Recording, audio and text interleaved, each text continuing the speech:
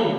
تو میں نے وہاں شفیق میں کہا کہ رضا صاحب سے میں نے کہا یہ ہیومن رائٹس دنیا کے ہیں، لیکن ایک ہیومن رائٹس ہمارے اللہ نے بھی ہمیں دیا ہے، وہ یہ دیا ہے کہ بندہ زندہ رہے تب بھی اس کے حق ہیں. ماں دنیا سے چلی جائے، باپ دنیا سے چلا جائے، بیٹے پر پھر بھی حق ہے کہ وہ ہاتھ اٹھا کر کہے بھلے والدیہ وہ کہے. سب ہیومن رائٹس یہاں ختم ہو جاتے ہیں، لیکن ہمارا ہیومن رائٹس ختم نہیں ہوتا، وہ مرنے کے بعد بھی قائم رہتا ہے. چونکہ کافروں کے ہیومن رائٹس یہاں ختم ہو گئے، حاجی صاحب کی والدہ دنیا سے چلی گئی، ان کا حق ان کے ساتھ ختم نہیں ہوا، وہ جڑے ہوا ہے. اسی حق کو ادا کرنے کے لیے آج ہم یہاں پہ. تو وہ حق جاتا ہے، یہ حق ہے. رب اجعلنی مقیم الصلاۃ ومن ذریتی. باپ بیٹے کے لیے جب تک وہ ماں باپ زندہ تھا وہ کہتا رہا میری اولاد میری اولاد میری اولاد. اب وہ ماں باپ دنیا سے چلا گیا تو بچے کا حق کیا بنا؟ ربنا اغفر لی ولوالدیہ وللمؤمنین یوم یقوم الحساب. وہ کہتا ہے ایک نہیں سب مومنین کے لیے. تو اس کا مطلب یہ ہوا کہ اللہ کی حمد ثنا کرنے کے بعد ہاتھ اٹھا کر اگر دنیا سے جانے والے کے لیے وہ دعا کرتا ہے تو وہ اس لیے دعا کرتا ہے کہ وہ دنیا سے ایمان لے کر گیا ہے، اور یہ دعا اور یہ ثواب اور یہ کہنا یہ اس کے نور میں اضافہ کرتا ہے.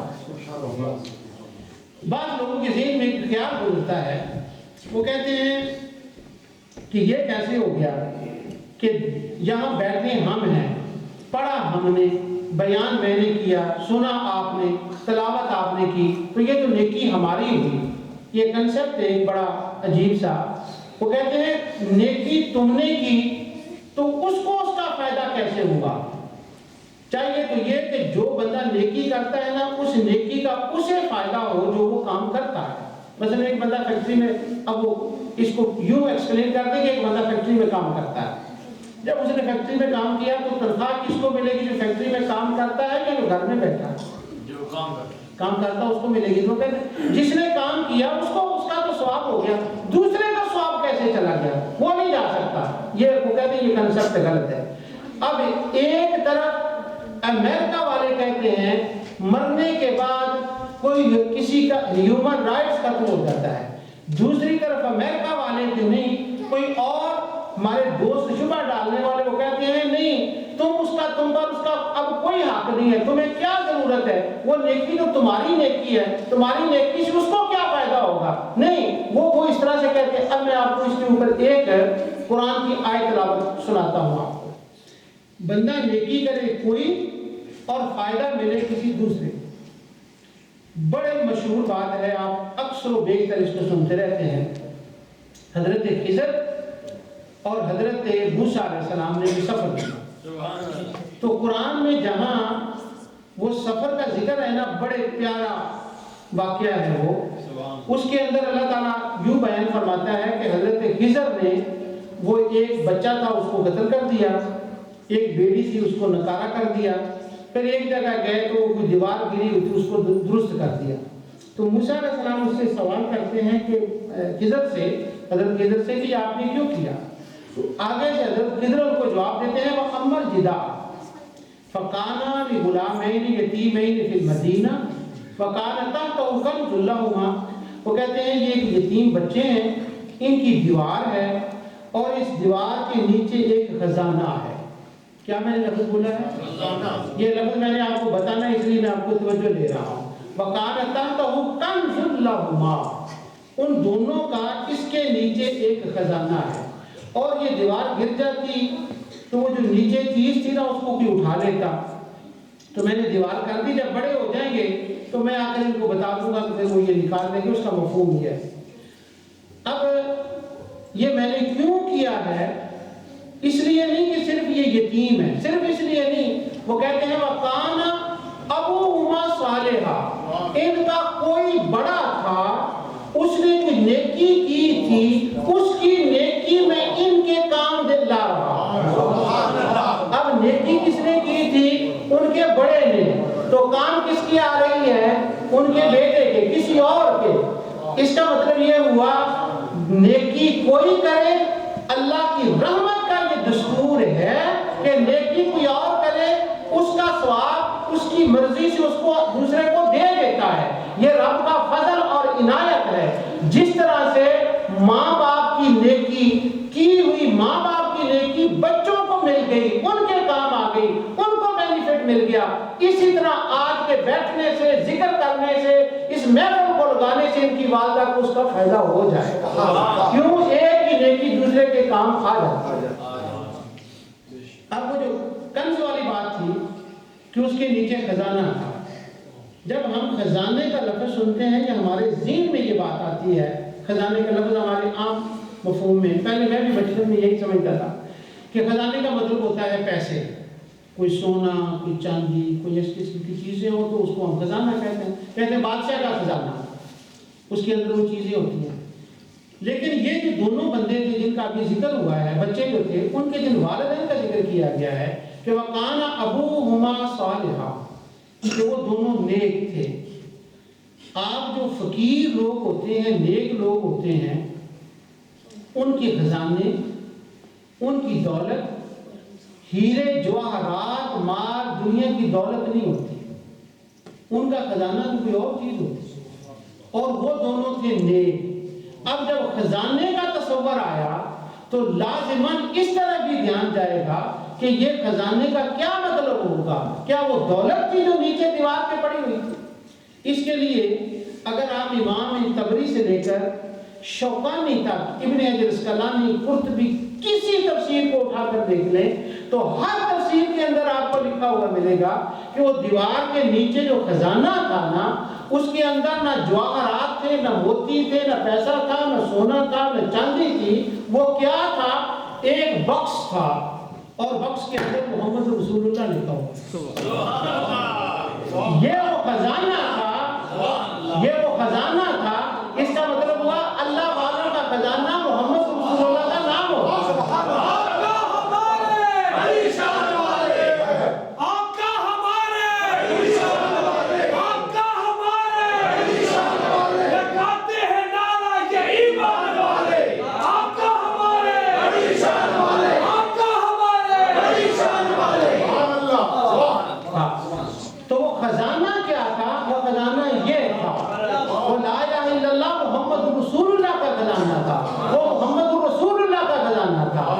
خزانہ ہمارے لیے سب سے بڑا خزانہ جو اللہ والوں کا خزانہ ہوتا ہے وہ نام مصطفیٰ, وہ حضور کا نام ہوتا ہے. وہ خزانہ تھا جو اس کے نیچے تھا. یہ تو ضمن بات آ گئی اس کے اندر. میں بتا آپ کو یہ رہا تھا, نیکی ایک کرے کام دوسرے کے آ جاتی ہے, دعا کوئی کرے کام کسی دوسرے کے وہ آ جاتی ہے. یہ ہے اللہ کا فضل, یہ ہے اس کا کرم, یہ ہے اس کی عنایت.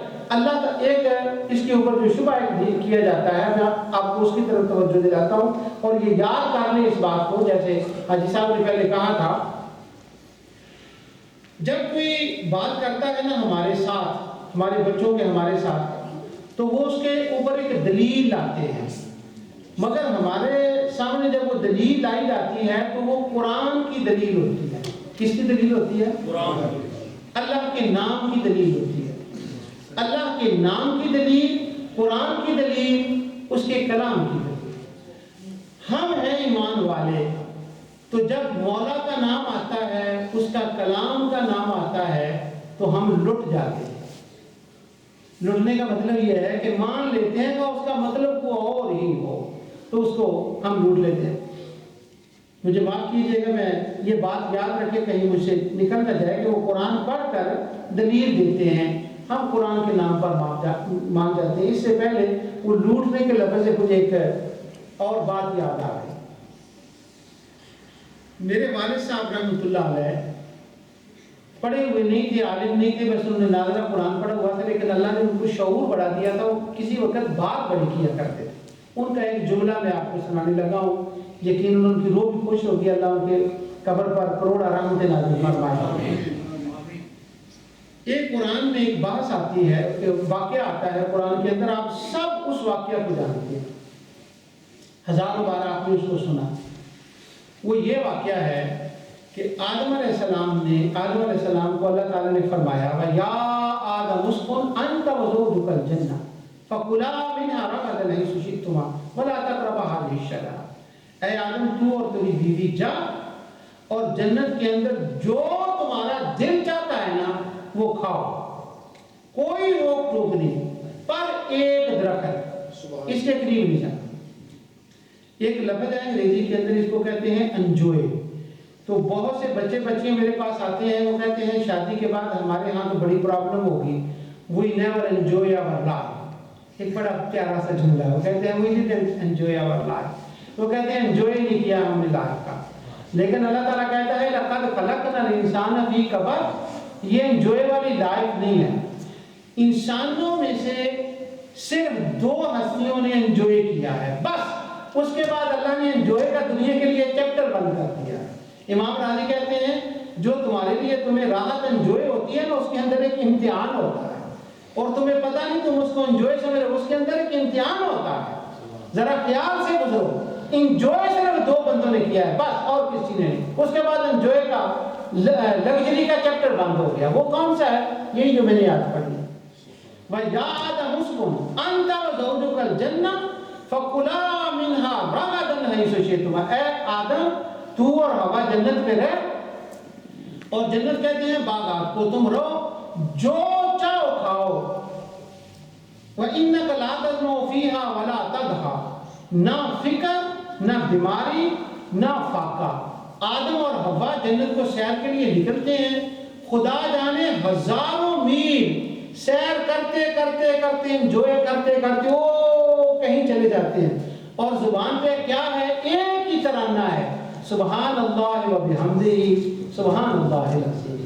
اللہ اللہ کا وہ انجوائے ہے، جنت کے اندر پھر رہے، کوئی فکر فاقہ نہیں۔ ہم میں سے جتنے لوگ بیٹھے ہیں اگر اور کوئی فکر نہیں، موت کا تو فکر ہے نا سب، وہاں موت کا بھی کوئی فکر نہیں تھا، بس انجوائے اگر کیا ہے تو صرف آدم اور حوا نے کیا ہے، اور کوئی انجوائے نہیں کرتا۔ وہ بچے میرے پاس آتے ہیں کہتے ہیں جی استاد جی انجوائے نہیں ہے، تو میں کہتا ہوں انجوائے صرف بابے نے اور دادی امی نے کر لی ہے، اس کے بعد انجوائے کا چیپٹر باندھا ہے، صرف وہاں انجوائے ہوا ہے۔ آپ بیٹے انجوائے کو بھول جائیں، وہ بات انہوں نے کیا، اور ان کو بھی یہ کہا گیا تھا کہ انجوائے اس وقت تک رہے گا جب تک اس درخت کو ٹچ نہ کیا، اور جس نے ٹچ کر لیا انجوائے ختم۔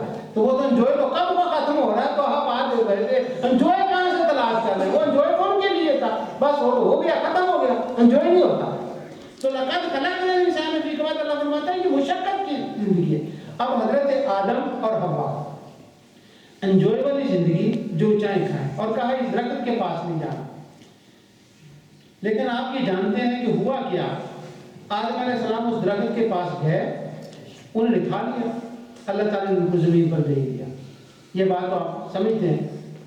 اب سوال اس کے اوپر یہ ہے کہ آدم نے وہ دانہ کیوں کھایا؟ روکا کس نے تھا؟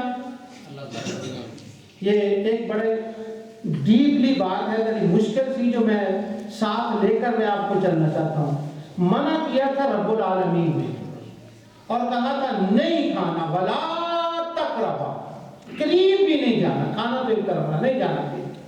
اب حضرت آدم کو کیا چاہیے تھا؟ نہ کھاتے، مگر انہوں نے کھا لیا۔ اب کھایا کیسے؟ وہ کھایا یوں کہ قرآن میں یہ آتا ہے، اللہ تعالیٰ فرماتا ہے کہ وہ شیطان دونوں کے پاس گیا، سورۃ اعراف کے اندر ہے وہ سارا قصہ، کہ شیطان دونوں کے پاس گیا۔ پاس جانے کا مطلب فزیکلی بھی ہے یا دور وسواس کے لیے، جو بھی وہ ایک الگ بات ہے، لیکن یوں آپ کی آسانی کے لیے وہ دونوں کے پاس دروازے پاس گیا۔ حضرت حوا اور آدم دونوں کھڑے ہیں، تو وہ جا کر کہتا ہے وَقَاسَمَهُمَا، دونوں کو کہتا ہے مجھے اللہ کی قسم ہے۔ وہ جو پہلے میں نے جملہ کہا تھا میں اس پر بات کو لا رہا ہوں کہ جب ہمارے سامنے کوئی قرآن پڑھتا ہے، اس مولا کا نام لیتا ہے، تو ہم کیوں مانتے ہیں؟ یہ ہماری فطرت کے اندر ہے۔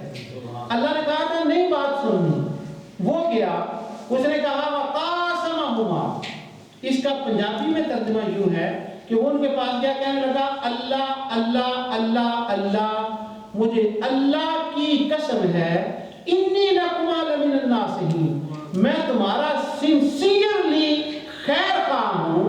جب اس نے یہ بات کی تو پہلے اللہ کا نام لیا، پھر اللہ کی قسم اٹھائی، اللہ کی قسم اٹھائی، اگر تو پاکستان کی عدالت ہو جہاں ہر روز جھوٹی قسمیں اٹھانے والے ہیں تو وہاں بات اور ہے، پر آدم علیہ السلام لاکھ بات مان سکتے تھے پر یہ نہیں مان سکتے تھے کہ تو اللہ کے نام پر آ کر جھوٹی قسم بھی اٹھا سکتے۔ جب اس نے کہا نا اللہ کی قسم، اللہ کی قسم، تو انہوں نے کہا نہیں، یہ بندہ جو ہے نا اس وقت اور جھوٹ ہے اس کے، لیکن اس وقت کیونکہ اللہ کے نام کی قسم اٹھا رہا ہے، تو آدم علیہ السلام جو تھے انہوں نے اس کی بات مان لی اور اس نے کہا یہ کہ او تکون من الخالدین، اس کا اگر تم نے یہ کھایا تو وہ پوری آیت کا یہ ہے اگر تم نے کھایا تو تم ہمیشہ ہمیشہ رہنے والے بن جاؤ گے، یعنی کبھی بھی تمہارا انجوائمنٹ ختم نہیں ہوگا، اللہ کے قرب میں ہی رہو گے۔ اب اللہ کے قرب میں رہنا، جنت میں رہنا اور ہمیشہ رہنا، یہ بات اور اللہ کا نام لے کر کہنا، اللہ کی قسم اٹھا کر کہنا، یہ بات حضرت حوا کو بھی اپیل کر گئی، حضرت آدم کو بھی اپیل کر گئی، وہ اللہ کے نام کی طرف دھیان ہو گیا اور خدا کو منظور بھی یہی تھا کہ انہیں زمین میں خلیفہ بننا تھا، کہ دھیان ہو گیا اللہ کی طرف، دھیان ہو گیا اللہ کے نام کی طرف، تو کیا کیا انہوں نے وہ کھا لیا۔ اب جب وہ کھا لیا ان کو نیچے بھیج دیا گیا۔ تو میرے والد صاحب رحمۃ اللہ علیہ کہا کرتے تھے، اللہ تعالیٰ ان کے قبر پہ رحمت نازل فرمائے، وہ کہا کرتے تھے بابا آدم اللہ دے نام تو لٹیا گیا۔ میں آپ سے اور بات کرنا چاہتا ہوں، بابا آدم اللہ دے نام تو لٹیا گیا، لوٹ لیا، پر کس کے نام پر؟ مولا کے نام پر۔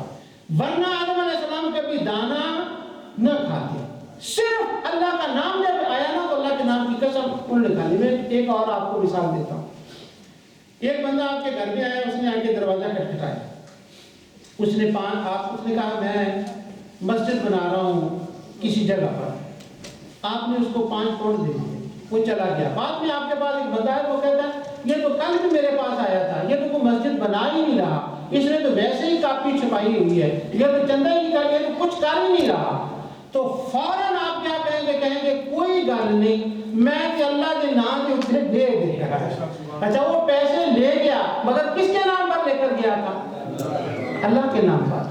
اب یہ دونوں مثالیں سمجھنے کے بعد یوں کہیں کہ باپ آدم نے جب اللہ کے نام پہ وہ لٹ گئے تو ہم باپ آدم کا خون ہے، تو ہماری فطرت میں اب کیا بات آ گئی کہ جب وہ سونے مولا کا کوئی توحید کا اللہ کا نام لیتا ہے تو ہم لٹ جاتے ہیں، وہ لوٹ کر لے جاتے ہیں، پر ہمیں پھر بھی آدم علیہ السلام لٹ گئے، پر کوئی بات نہیں، کیوں؟ وہ اللہ کے نام پہ لٹے تھے۔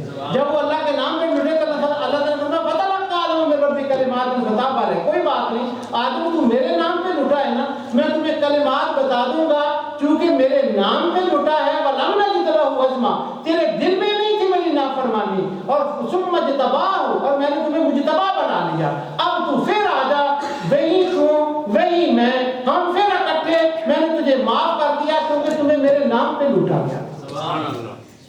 اب بندہ آتا ہے آپ کے پاس، وہ آ کر کہتا ہے اللہ، میں آپ کو اپنی بات سمجھا نہیں پا رہا، مجھے وہ لطف سمجھ نہیں آ رہی کہ میں کس طرح سے سمجھاؤں۔ بندے آتے ہیں، وہ کہتے ہیں کس کا نام لیتے ہیں؟ تھک تو نہیں گئے؟ بس کریں۔ اچھا تھوڑا ساتھ چلے بیٹے میرے کہ وہ مجھے پتا چلے کہ یہ بات سمجھ آ رہی ہے آپ کو۔ تو بندے آتے ہیں آپ کے پاس، چلو آپ کی ڈنڈی میں کوئی نہیں آتا ہوگا، میں قسم اٹھاتا ہوں ہمارے برسٹل میں بہت آتے ہیں، آپ کے پاس بھی نہیں آتا، بڑے خوش قسمت ہے نہیں آتا تو۔ اچھا بندہ آتا ہے ہمارے پاس، اللہ کا نام لے کر، ہاتھ میں قرآن، کمپیوٹر کے اندر وہ کیا اس کا کہتے ہیں آئی پاڈ ہوتا ہے یا وہ دوسرا ایک مہنگا ٹیلی فون ہے، کیا اس کا نام ہے؟ آئی فون ہاتھ میں، اور ٹک ٹک کر کے ہاتھ نکالی، نام لیا اللہ کا، اور ٹک ٹک کر کے جب وہ ٹک ٹک کیا نا تو ٹک ٹک سے وہ نکل آیا، آیت نکل آیا۔ اس نے کہا یہ دیکھیں قرآن میں لکھا ہے، اور قرآن اللہ کا کلام ہے، اور میں تمہیں اللہ کا کلام سنا رہا ہوں۔ تو جب اللہ کا نام لیا، اللہ کے کلام کا نام لیا، اور پھر مہنگے فون سے آپ کو دکھایا، تو آپ نے کیا کیا؟ آپ نے مان لیا۔ ہو سکتا ہے اس کی ایکسپلینیشن غلط ہو سکتا ہے وہ غلط کہہ رہا ہو، اس کا مطلب وہ غلط نکال رہا ہو، پر آپ نے مان لیا۔ کیوں مان لیا؟ باپا مان گیا تھا، چونکہ وہاں مان گئے تھے نا اللہ کے نام پر، تو وہ مان جاتے ہیں۔ اب ہمیں وہ جو بتایا جاتا ہے یہ قرآن میں لکھا ہے، مگر وہ قرآن میں اس طرح سے نہیں لکھا ہوتا، اس کا مطلب کچھ اور ہوتا ہے۔ کیوں؟ قرآن فہمی کہاں سے ملتی ہے؟ وہ تو گنبد خضرا سے ملتی ہے۔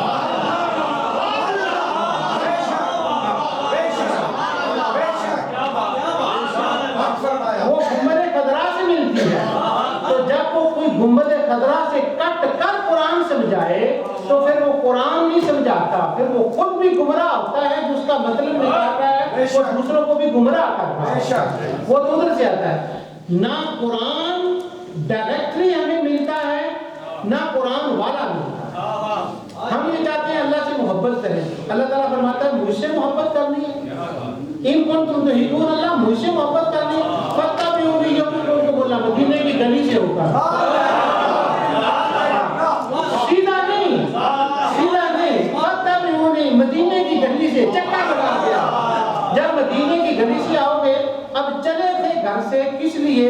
ہم اللہ سے محبت کریں، ہم بنے اس کے محب، یہ نیت تھی، ہم محب بنے۔ تو کہا ان کنتم تحبون اللہ، اگر تمہارا محبت کرنے کا ارادہ ہے نا تو ذرا ایک مدینے کی گلی کا چکر لگاؤ، تو پھر کیا ہوگا؟ یحببکم اللہ، پھر تم محب نہیں میرے محبوب، منظر بدل جائے گا، تم مجھے ملنے کے لیے نہیں، میں تمہیں ملنے کے لیے آ گا۔ یعنی وہاں سے ایک چکر لگانے کی اتنی برکت ہے۔ تو قرآن سمجھ آتا ہے مدینے کی گلی سے ہو کر، یہ امت خضرا سے خیرات ملتی ہے۔ ایک ہمارے بڑے پاکستان کے فاضل دوست ہیں، وہ سید کبیر علی شاہ صاحب، انہوں نے ایک بار ایک تقریر کی، بڑی میرے بچپن کی بات ہے، وہ سنی بات میں پھر ہڈرسفیلڈ میں پھر انہوں نے وہ ایک بات کی تو مجھے یاد آیا۔ ان کا تقریر کرنے کا سٹائل بڑا ماشاءاللہ ہوتا ہے اس طرح کا، تو انہوں نے وہ بات کی، کہنے لگے اللہ کا قرآن، اس پر انہوں نے ایک بات کی۔ اب وہ باتیں ساری قرآن میں لکھی ہوئی ہیں جو انہوں نے بات کی، حدیث میں ہیں، لیکن انہوں نے سٹائل ذرا اس کا دوسرا اپنایا۔ وہ کہنے لگے قرآن تھا اللہ لوح محفوظ میں، عرش پر تھا قرآن لوح محفوظ میں۔ تو ایک دن قرآن نے سوچا میں ذرا باہر نکلوں اور دنیا کو دیکھوں، تو وہ قرآن لوح محفوظ سے باہر نکلا۔ یہ بات صحیح ہے، جبرائیل نے وہاں سے کاپی کیا، اس کو پہلے آسمان پہ لایا، یہ باتیں درست ہیں، لیکن وہ ذرا انداز ہو گیا، لیکن قرآن وہاں سے نکلا تو وہ ذرا گھوما، پہلے آسمان پہ اس نے دیکھا اچھی جگہ ہے، پھر دوسرے پہ دیکھا، پھر تیسرے پہ دیکھا، وہ پہلے آسمان پر آ گیا، اس کو جگہ بڑی پسند آئی، وہ تھوڑی دیر ٹھہرا۔ اب یہ بات صحیح ہے کیونکہ قرآن ہے، جبرائیل پہلے آسمان پر لائے اور وہاں وہ پڑھا رہا، تو کہنے لگے قرآن وہاں ٹھہرا۔ اس کے بعد پھر قرآن وہاں سے چلا، وہ زمین پر آیا، کبھی آسٹریلیا، کبھی چائنا، کبھی ادھر وہ گھوما، لیکن اس کو کوئی جگہ پسند نہ آئی۔ وہ چلتا چلتا آیا، ایک شہر تھا، بڑی پہاڑیاں تھیں، وہاں رب کا گھر تھا، تو وہ اس گھر کے اندر آیا، وہاں اس نے صفا مروہ کو دیکھا، مقام ابراہیم کو دیکھا، سارے جلوے دیکھے، تو اس نے کہا چلو میں کعبے میں رہ لیتا ہوں۔ تو جب اندر اس نے دیکھا، کہنے لگا گھر تو رب کا ہے پر نہیں، یہاں نہیں، ساتھ زمزم ہے، اس نے کہا زمزم ہے یہاں نہیں۔ تو پھر وہ کیا ہوا، وہ مکے سے قرآن نکلا، وہ گھوم رہا ہے دنیا میں، تو کہنے لگے جب وہ قرآن گھومتا گھومتا مکے سے باہر گیا تو وہاں ایک پہاڑ تھا، اس کا نام جبل نور تھا، اس کے اندر ایک غار تھا، غار کے اندر رب کا یاد تھا۔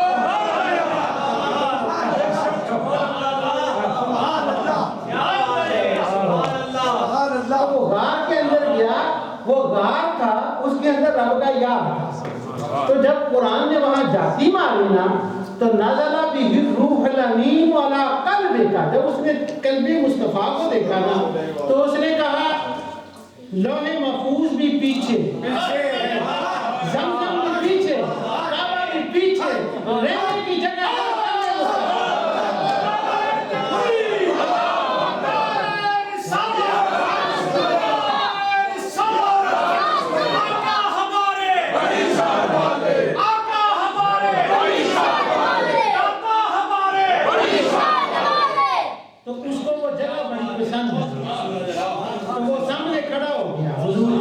کہنے لگا تمہارا دل بڑا، آپ کا دل بڑا، میں تمہارا کہہ دیا معافی چاہتا ہوں، عیدگاہ کے ذریعے سے مجھے ادب آنے لگا ہے، آپ کا دل بڑا، تو میرا میں آ گیا۔ آگے آقا فرماتے ہیں اگر تو میرے دل میں آ گیا، یہاں رہنے لگا، تو لوگ تجھے لینے کے لیے آئیں گے، تو وہ کوشش کریں گے، یہ میں پچھلی بات کو اس بات کے اوپر لا رہا ہوں، لوگ کوشش کریں گے وہ تجھ سے یاری کریں، وہ تجھے پڑھیں، تو وہ تجھ سے دوستی کرنا چاہیں گے، تو تو کیا کرے گا؟ تو قرآن نے کہا مجھے تیرے دل کی قسم، جو سیدھا لینے آئے گا وہ ہدایت نہیں پائے گا، ہدایت صرف وہی پائے گا۔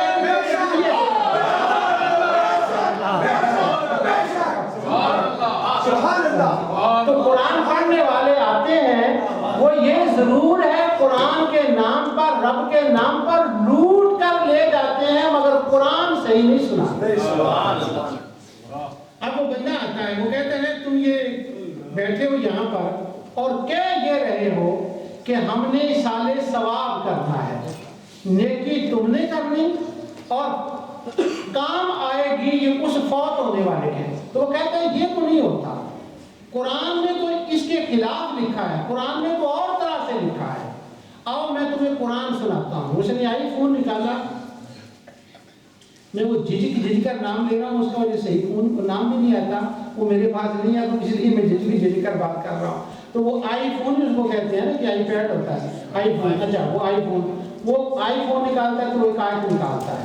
لیکن یاد رکھیں یہ بندہ جو آیت نکال رہا ہے یہ مدینے کی گلی سے ہو کر آنے والا نہیں ہے، یہ تو مدینے سے روکنے والا ہے۔ یہ کہتا ہے مکے میں جائیں تو وہاں حج کر کے آ جائیں، مدینے میں جانے کی ضرورت ہی نہیں ہے، اور وہاں تو نہیں، اس لیے اس کا وہ نظریہ ہوتا ہے۔ اب وہ ایک آیت پڑھتا ہے کہ مولانا شاہ صاحب اور مولانا مشتاق صاحب یہ آیت ہم بچپن سے سنتے آ رہے ہیں اور آپ بھی سنیں آج اس کو۔ اس کے اوپر میں اپنے پروگرام ازالہ شبہات میں آگے کی پروگرام شروع کرنے والا ہوں کہ شبہات پیدا کیوں ہوتے ہیں۔ یہ بڑی دیر کا ایک پروگرام ہے تو میں اس کو ڈیزائن کر رہا ہوں، تو ابھی میں نے یہ ریکارڈ نہیں کرایا، اس کا وہ ایک حصہ ایک جھلک میں آپ کو وہ دکھا رہا ہوں۔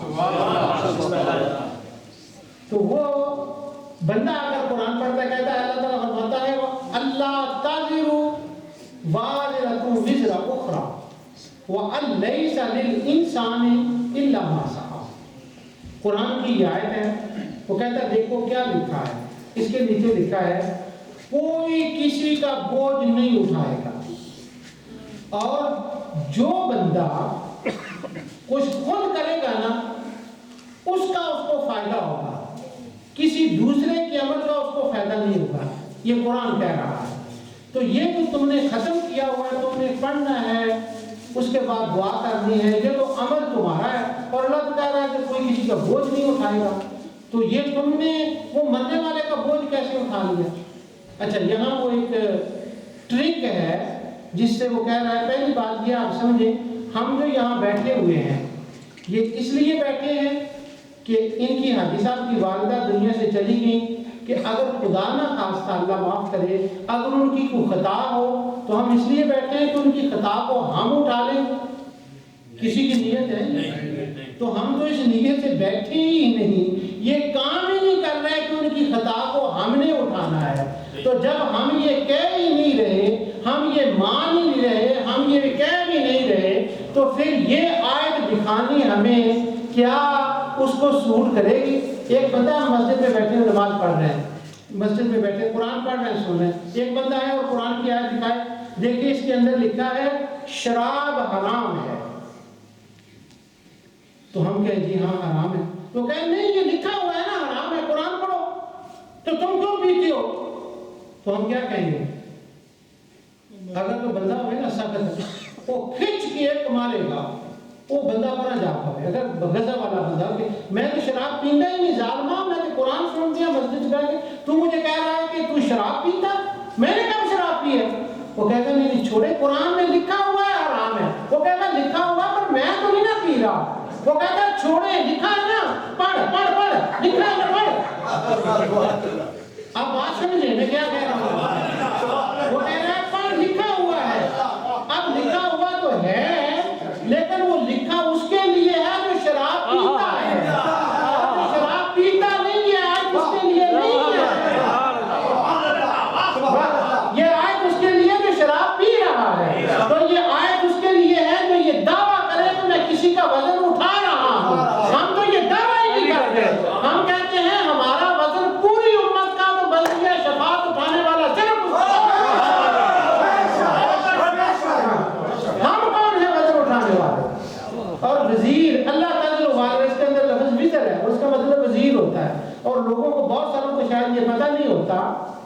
ایک بار دوسری پڑھ ذرا یہ بچہ بات کر رہا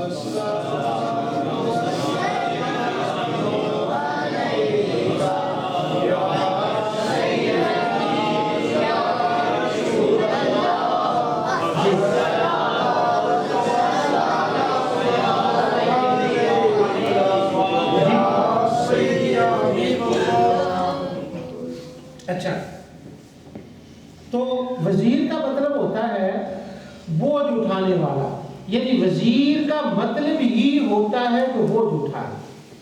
تو اللہ تعالیٰ فرماتا ہے وہ بوجھ، کوئی کسی کا بوجھ نہیں ہوتا. ہم جو قدم دے رہے ہیں یہ صالح صاحب کر رہے ہیں، یہ بوجھ اٹھانے کے لیے نہیں ہے، یہ تو مولا کی بارگاہ میں درخواست ہے کہ یا رب تو اپنی رحمت کے صدقے سے کرم فرما دے، اور میرے اللہ ان پہ کرم فرما دے، ان کی بخشش فرما دے، ان کو معاف فرما دے. ہم کم بوجھ اٹھا رہے ہیں. ہاں یہ آیت ان کے لیے ٹھیک ہے، اگر کوئی کہے کہ ہم کسی کا بوجھ اٹھا رہے ہیں، یہ آیت ان کے لیے ہے. ایک بندہ دوسرا آتا ہے، وہ دکھائے آپ کو قرآن میں لکھا ہے جوا حرام ہے، لکھے دیکھے پڑھا لکھا ہوا حرام ہے. تو ہم کہیں کہ ہاں حرام ہے، تو کہتا ہے حرام ہے نا، لکھے ہے قرآن پڑھا ہے. تو ہم کہتے ہیں یہ حرام ہے مگر اس کے لیے ہے کہ جوا کھیلتا ہے. ہم تو کھیل نہیں رہے، ہم تو اس کو حرام کہہ رہے ہیں، اس لیے یہ آیت اس کے لیے نہیں ہے، تو کسی اور کے لیے، وہ اور کوئی شرابی کبابی بندہ ہوگا جس کے لیے شراب ہمارے لیے. اب میں آیت آپ کو بتاتا ہوں. اللہ تجر واجرۃ وزر اخری، کوئی کسی کا بوجھ نہیں اٹھاتا. اس آیت کو پڑھنے سے پہلے اس زمانے میں لے جان جب یہ آیت نازل ہوئی، ہوا کیا؟ آقا دو جہاں صلی اللہ علیہ وسلم مکہ مکرمہ میں تشریف لائے. لوگوں سے کہا مجھے مل جاؤ، مجھے ملنے سے رب سے مل جاؤ. میرے ملنے کا مطلب یہ ہے کہ میں تجھے رب سے ملا دوں گا. رب کے ملنے کا صرف واحد ذریعہ میری ذات ہے، جو مجھ سے ملا وہ مولا سے ملا. آپ نے جب یہ اعلان فرمایا تو حضرت ابو بکر صدیق، حضرت عمر، حضرت عثمان، بلال صحابہ آئے، انہوں نے اسلام قبول کیا، حضور کے ساتھ مل گئے. حضرت عمار غریب سے آبی تھے، حضرت یاسر غریب سے آبی تھے، حضرت بلال غریب سے آبی تھے. اب وہ جو کافر تھے نا، مشرک، وہ کیا کرتے؟ وہ غریب سے ابا کے پاس جاتے، ان کے پاس جا کر کہتے تم محمد صلی اللہ علیہ وسلم آقا کو چھوڑ دو، اسلام کو چھوڑ دو. تو وہ اب ان کو سمجھ آ گئی تھی، یوں کہہ لیں کہ اب ان کو اپنے مولا کی اور رب کے کلام کی سمجھ آ گئی تھی. وہ کہنے لگے نہیں ہم تو نہیں چھوڑیں گے، اگر ہم چھوڑ دیں تو یہ تو بے وفائی ہوگی، یہ تو ٹھیک نہیں ہے. ہم قیامت کے دن کیا منہ دکھائیں گے اللہ، کیا ہوگا اگر ہم چھوڑ دیں. اب وہ جو مشرک تھے نا، وہ ان ایمان والوں سے یوں کہتے. اللہ تعالیٰ نے قرآن میں فرمایا، وہ کہنے لگے وقال الذین کفروا للذین اتبعوا سبیلنا وَلْنَحْمِلْ خَطَايَاكُمْ. یہ ہے اس کا مقصد. مشرکوں نے کہا آپ ان کو چھوڑ دیں، ان کے چھوڑنے کی وجہ سے اگر تم پر کوئی گناہ ہوا تو فکر نہ کریں، وَلْنَحْمِلْ خَطَايَاكُمْ. وہ جو گناہوں کا تمہارا بوجھ اگر ہو جائے نا، اگر کوئی گناہ